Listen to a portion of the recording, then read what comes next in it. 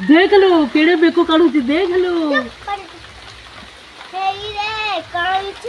किसी बेको देखा रे देख रे कोई काढ़ी बेको लो बाप लो इधर ऊपर से की किली किली होती देख बा।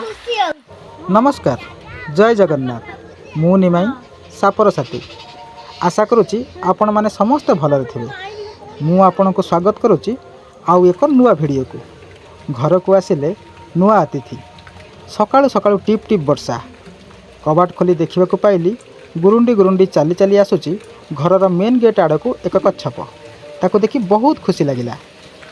जेतेबेले समुद्र मंथन पर देवता और राक्षस एकत्रित होते सेतेबेले किए जानिथिला स्वयं विष्णु को कच्छपरू नेबाक पड़िबो।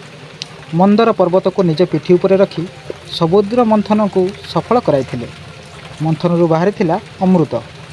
एथिरु शिक्षा मिले कच्छप भली धैर्य और सहनशील होगापाई। विष्णुंकर दशम अवतार मध्यरु दुर्लभ अवतार कच्छप रूप। यही अवतार घरे पाद रखिले परिवार मंगल होता है। आपण अंचल यही कच्छप को कौन कहती दयाकोरी कमेंट माध्यम आमको जनातु। देखिपे कच्छपटी केमिति तार बासस्थान को जीवाई चेष्टा करुच्ची।